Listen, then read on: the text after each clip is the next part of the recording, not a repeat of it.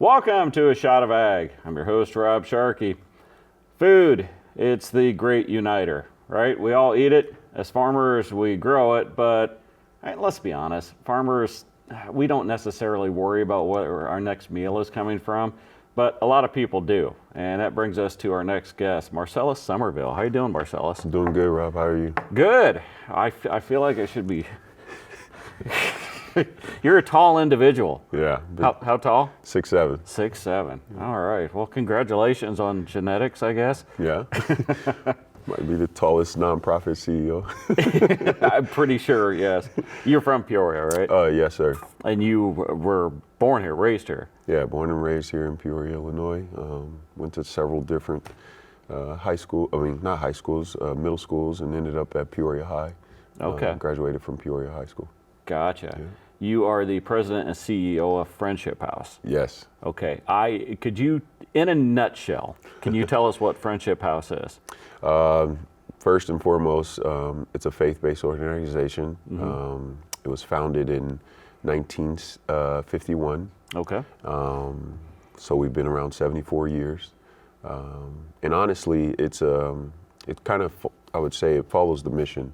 Our mission is to do the work of Jesus Christ, providing hope, respect, and a pathway to prosperity. Mm-hmm. And we do that by empowering our families through hope and through all of our programs.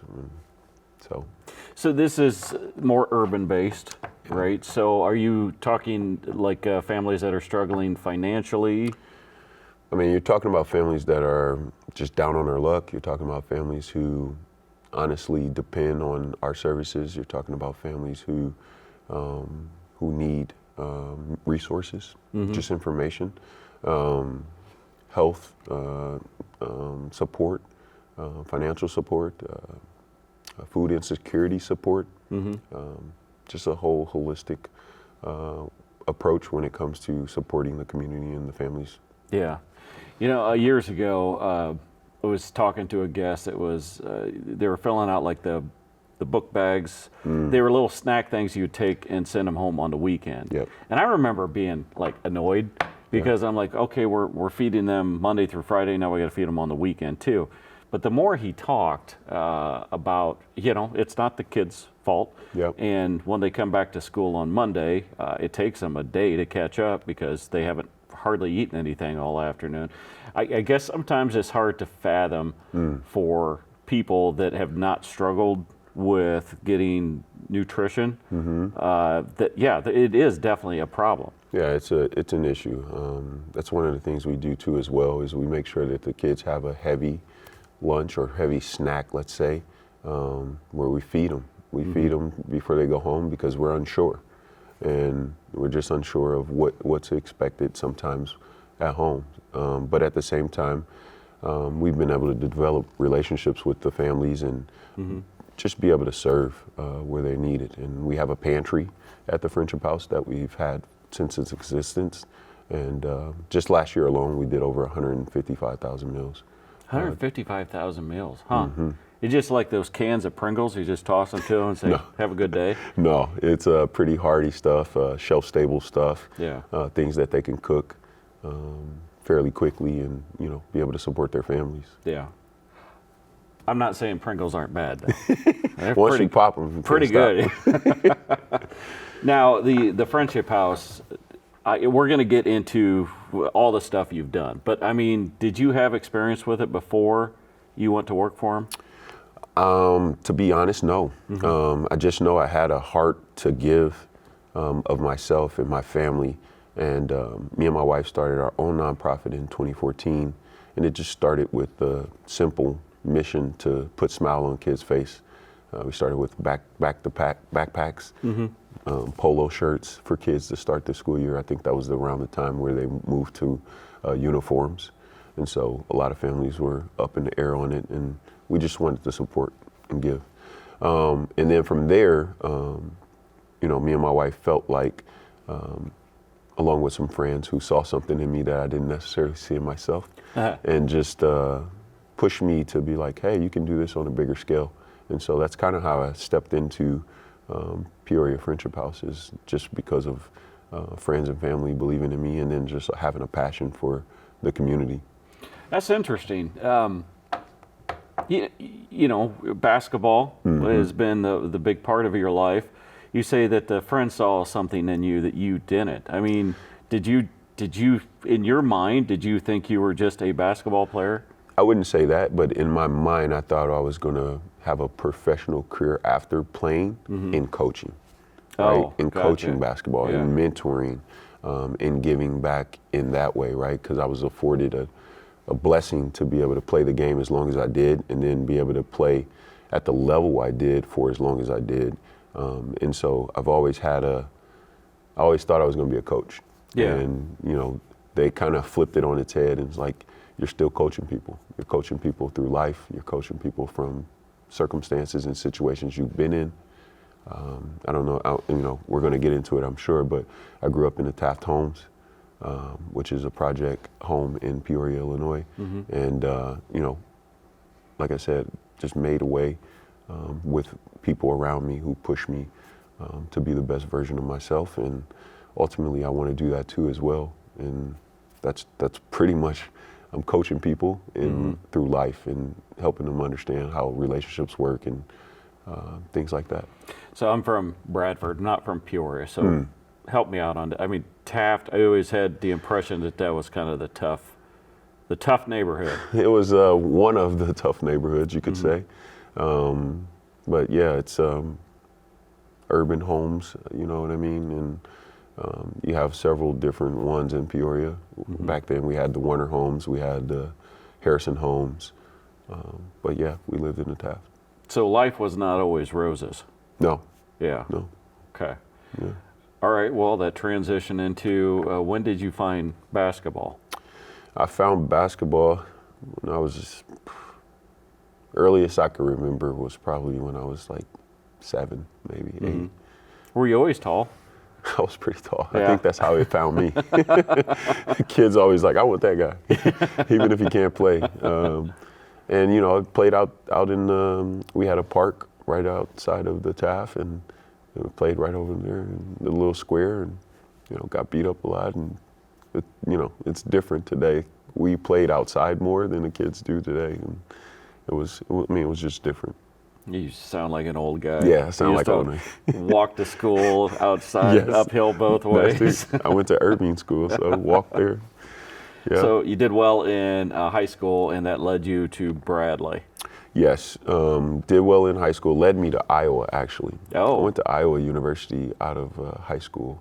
Played for Steve Alford, and played there a year and a half, and then transferred to junior college and played in junior college for a year, and then to Bradley. Oh, okay. Yeah, a different path. It wasn't just direct. So was it a deal? I don't know college basketball. Yeah, Is yeah. it a deal where you go to the junior college and you are standing out, and then a university like Bradley says, "Hey, come to school with us"? Yeah, I would say, yeah. It Okay. was like a mutual understanding that I probably was going to come to Bradley Yeah. after I left Iowa, but I had to go to junior college for a year to be eligible to play at Iowa. I mean, play at Bradley, sorry. You know, as a farmer, you know, like a Pinnacle would be on the cover of like one of the farm magazines and that. I've never even been in one, but hey, you hit the Grand Slam home run. Yeah, that's pretty cool. Sports Illustrated, back in the prime of Sports Illustrated, not just in it, you were the cover. That had to be awesome. Yeah, it's still so surreal, like when it comes to looking at it, and you know, it's not a makeshift copy, it's an actual copy of the printout. And no, man, it just brings you joy to be able to do something like that for your town, for your team. You know, they painted the streets red when we made our run, which was awesome. And so just putting Peoria at the forefront of something like that was pretty cool. Well, and like every kid that, you know, grew up like you did, Yeah. you know, didn't have everything handed to them, they got to see that and go, my gosh, you know, I can do stuff too. Yeah, kids come in the office, they're like, is that real? I'm like, yeah, it's real. And the bobblehead, not everybody has a bobblehead. Yeah, that story is pretty cool too. Bradley, my senior year, ended up making those. And It's the one of its kind, so they haven't had one since, and I think that's pretty special to, all the amazing athletes that have come through Bradley. Yeah. And to be one of one is pretty cool. Obviously, you did well in college. So, what did you do post graduation? Post graduation, continue to follow the dream of wanting to pursue the NBA. I had workouts with Spurs, Mavericks. Was close to making the Spurs team, but it ultimately ended up playing professionally overseas. Did that for 14 and a half years, and then was in France for 9 of those years. Got to show my family what Europe was. We exposed it and experienced it all at the same time for the first time, so it was cool. At what point did you and Brooke get married? We got married my junior year, going into my junior year at Bradley University. Okay, all right. So she was with you the whole time. Yeah. Over in Europe. Yeah. How did you guys meet? High school in computer class. In computer class. That's not that romantic, man. I'm a hopeless romantic, I guess. But yeah, we met in computer class. She's 6'2", so she stood out right away. And yeah, rest is history. Okay. You have how many kids? 4. And my youngest son is a fan of your oldest son, right? Yes. Where's he playing? He's playing at Rutgers currently, but he's transferring, so he's going to Washington University in Seattle. Gotcha. As you're watching your son now go through the same kind of scenario that you did, what is the pride more than the nervousness, or how's that work? I think we all as parents are here to help our kids understanding what life is about, and relationships matter. Being in the right situation matters for you to excel in life, and that's ultimately what I've given him in terms of advice. And he's made pretty good decisions from there. Did well over in Europe. 2010? You guys were champs. Yep. Okay. Yep. As you look back on that, was that the right decision? Yeah, actually, I had to decide that in 4 hours to go to that team. And oh. Yeah, I'll never forget that either. I was mid-season and I was transitioning out of an injury, and just didn't know what to do. The offer that I received from that team was not great. Truly wasn't my value. But me and my wife prayed, and she saw a sign and she expressed that sign to me, and I went there unexpected to play right away, unexpected to do much because I was coming off an injury, and worked my way into the lineup, worked my way into the starting lineup, and lo and behold, we worked our way with the team through. It was probably one of the most successful teams that ever played for that club, and ended up winning a championship. Okay, so you say your wife, followed a sign.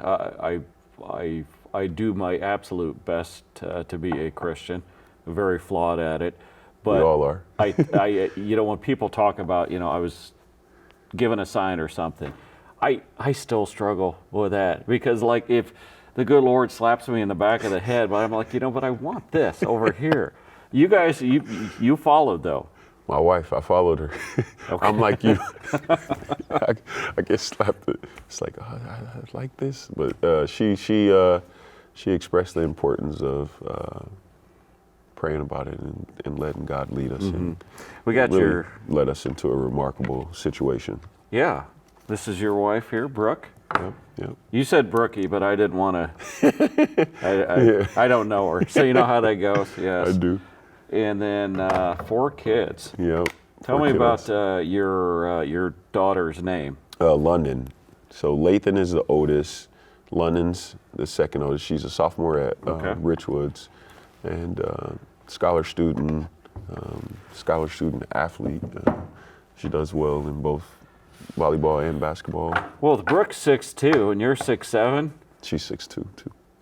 The little one. The little one. Yeah. An incredible career. Did you know it was time to retire?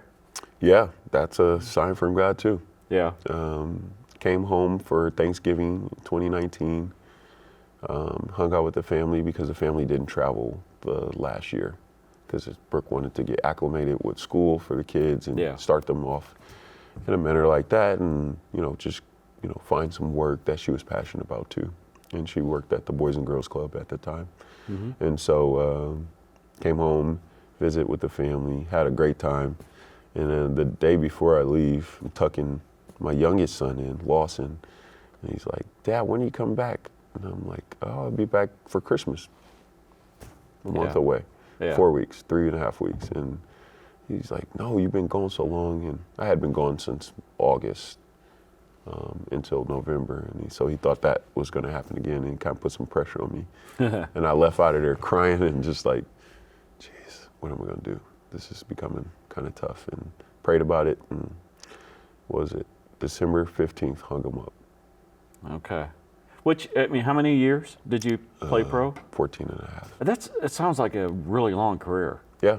And I could have been playing now. I was Really? averaging 20 points, 12 rebounds, 3 or 4 assists. I was doing great at 38, 39. Can you still dunk? Yeah. Sometimes I have to prove it to the kids. Yeah. I mean, so can I. I'm gonna put you to the test on that one. Well, the little Nerf ones you put on the door, man, I can reverse everything. That's cool. So then was it immediately back to Peoria? Yeah. Yep. Flew back on the 19th. Okay. I forgot to ask you, what was the name of you said you and your wife started a nonprofit. It was the Marcellus Sommerville Family Foundation. Okay. Is that still going? Yeah, it is, but it's not operating, I guess you could say, at its capacity because we have, other responsibilities. Yeah, you're doing other things. Yeah. And you're doing them well too. You got the award here. God, it's heavy too. I don't want to. Here I've got no fingerprints. So tell me about this. Peoria Friendship House, obviously when we took it over 5 years ago, it was in the heart of COVID. Oh. So just uncertainties, unknowns were at the forefront of everyone and everything, especially businesses. And so, my goal and objective was to build a good team and obviously put together a good board. And so that's just I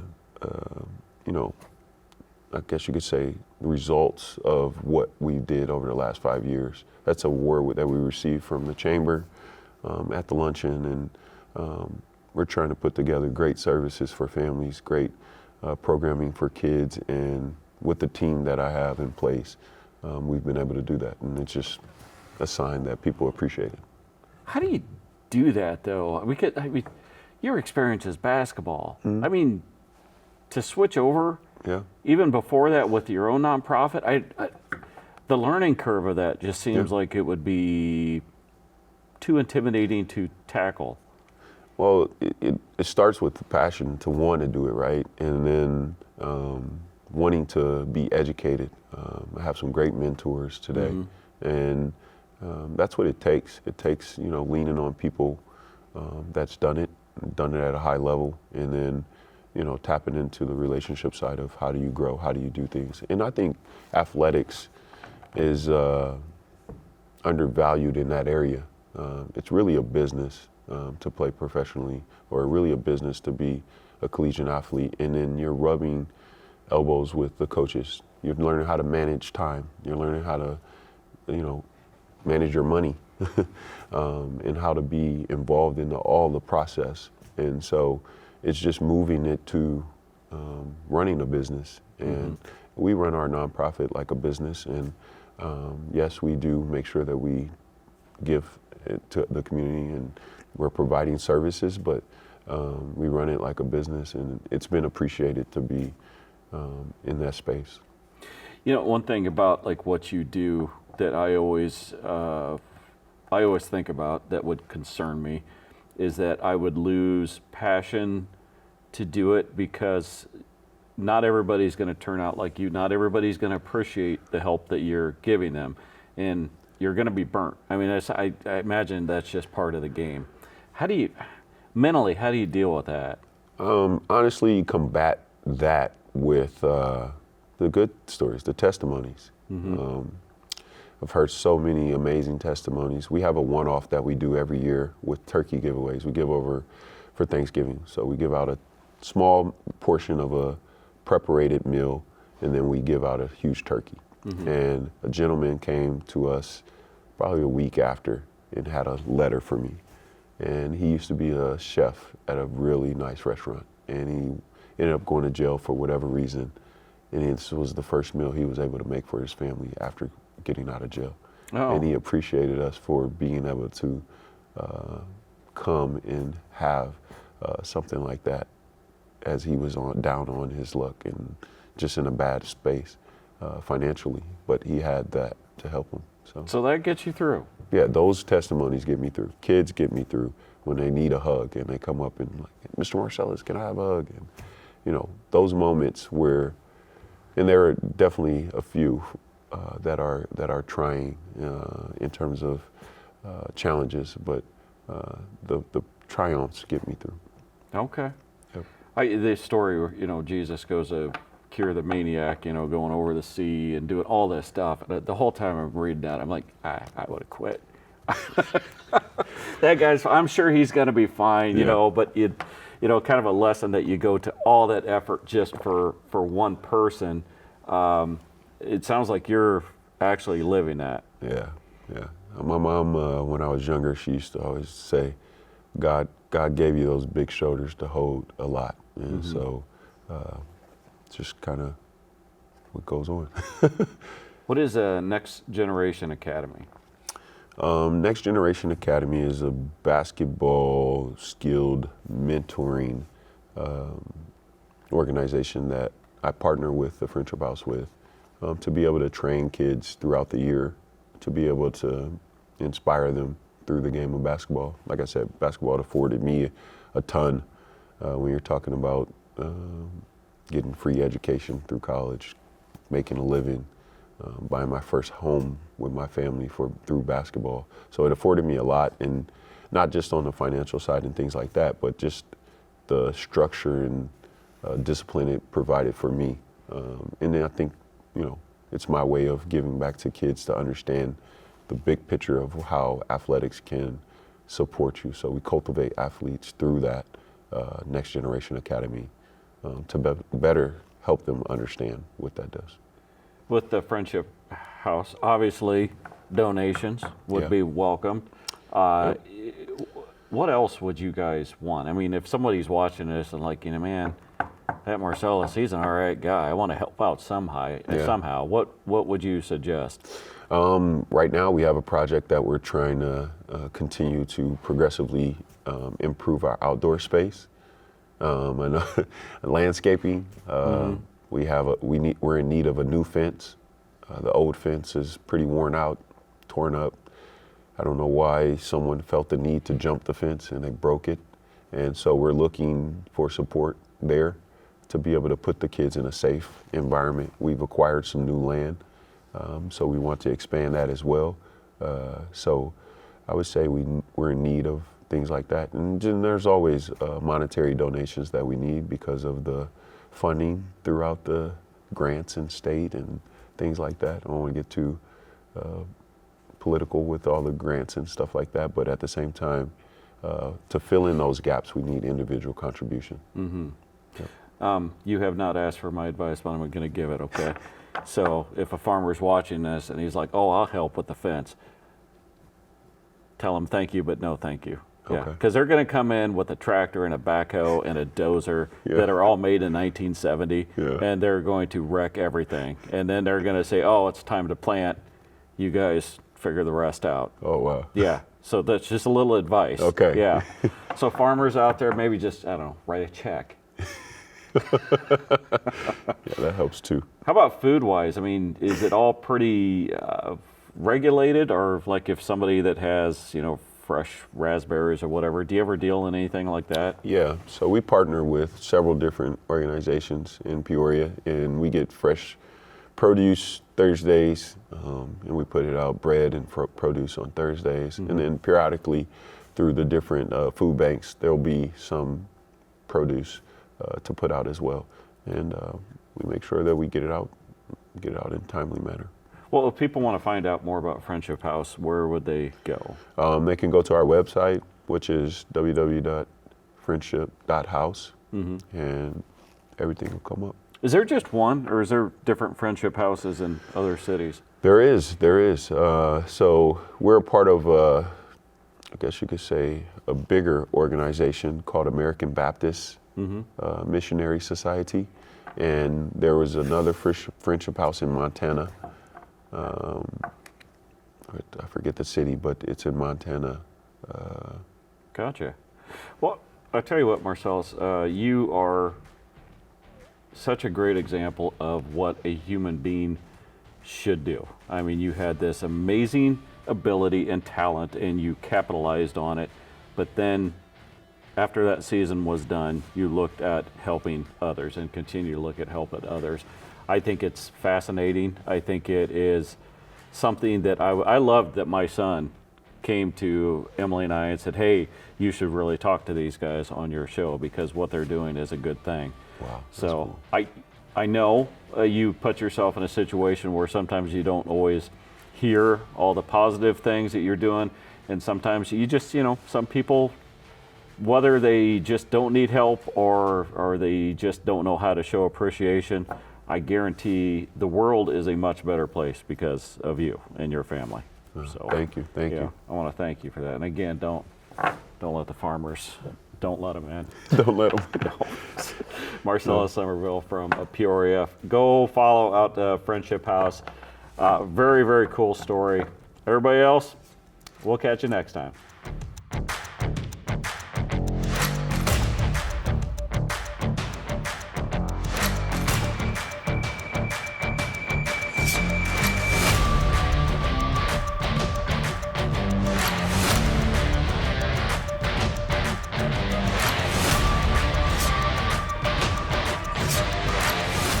If you enjoyed today's episode, be sure to explore more of our local content.